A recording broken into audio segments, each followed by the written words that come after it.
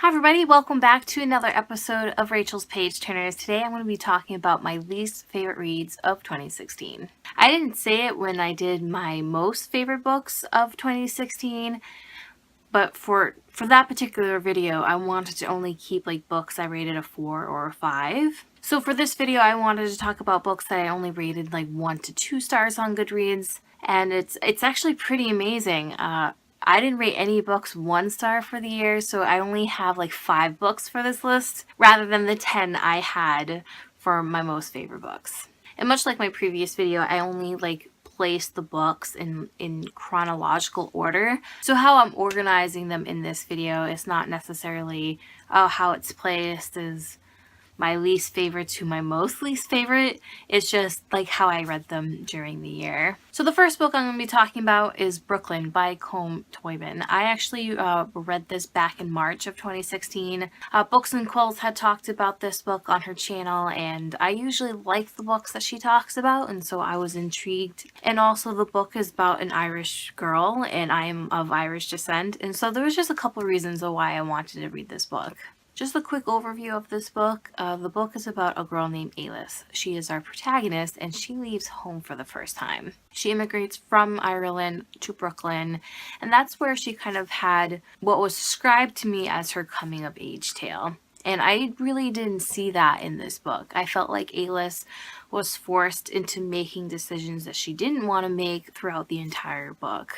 And I couldn't understand what her motives were for always making these sort of decisions. And the thing that was pretty much like the straw that broke the camel's back was the ending. Like, I felt the ending was incredibly like MacGyvered, I guess is the word I'm looking for. It just seemed hobbled together at the last second, and I just wish that Alice had a more satisfying ending. I just wish she had more character development. The second book that I'll be talking about for this list is Fates and Furies by Lauren Groff.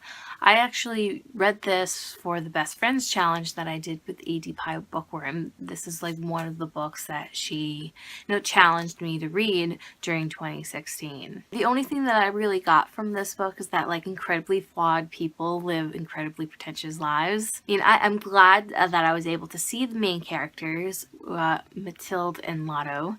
I'm glad that I was able to see them as flawed and not just completely unlikable. Like, I was able to see their humanity, so that says a lot for Lauren Groff's writing. So like I said, I was able to like feel their humanity and understand even if I couldn't relate to them, but I still couldn't root for them, so I didn't really feel all that invested in the story. I mean, there really wasn't much to a story, at least in my opinion. We followed how, Mathilde and Lotto fall in love and they kind of live their lives together. And since the story is basically just following their lives, I didn't find it interesting. I didn't really care about it.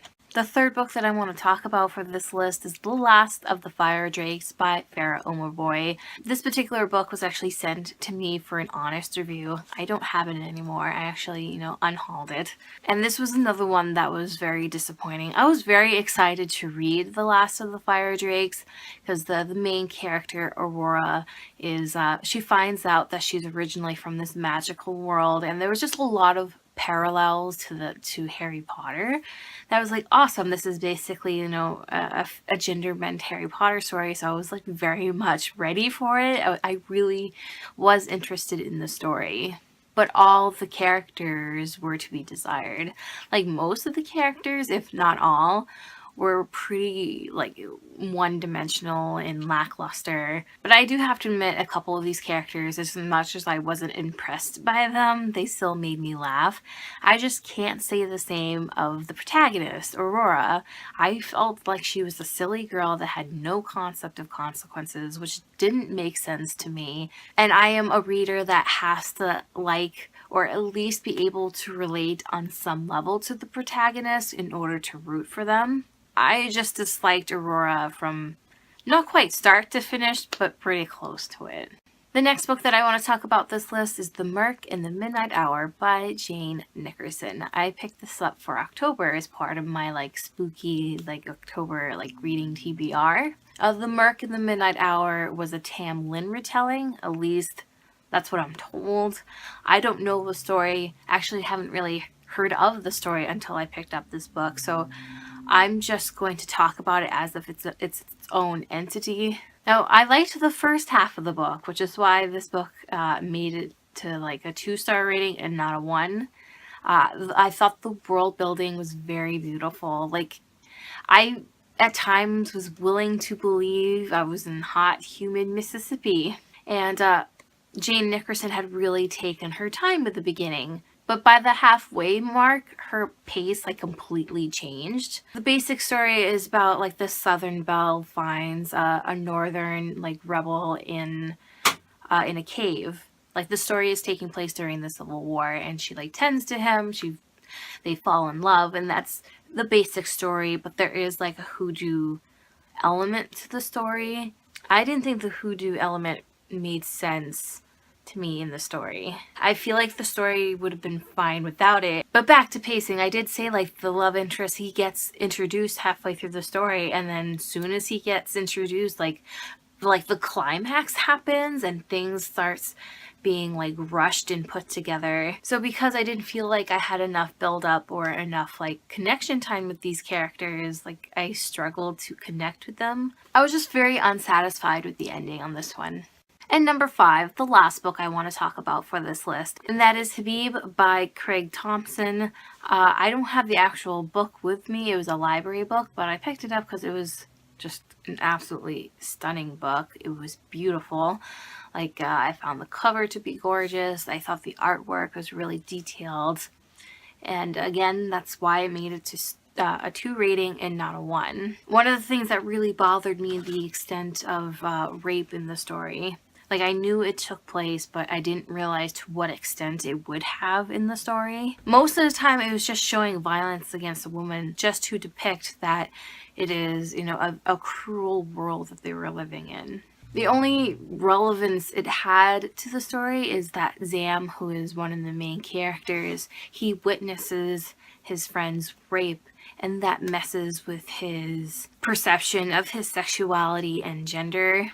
But even then, like, yes, it was relevant. I still didn't like the portrayal of it, or how that story arc like concluded. Also, like the first half of the book, I thought the setting was taking place like a full century or 2 before. And then like halfway through the book, out of nowhere, it goes to a more modern city setting. I just wish there was a more detailed segue as to why they were in the modern setting, or at least in the beginning, to show that the story wasn't taking place in a different century. I just don't see me ever reading Habib again. Alright, so that's all the books I wanted to talk about for this video. What were some of your least favorites? Please feel free to talk about that down in the comments below. And as always, I hope you guys enjoyed this video, and I hope to see you guys in the next one. Bye guys!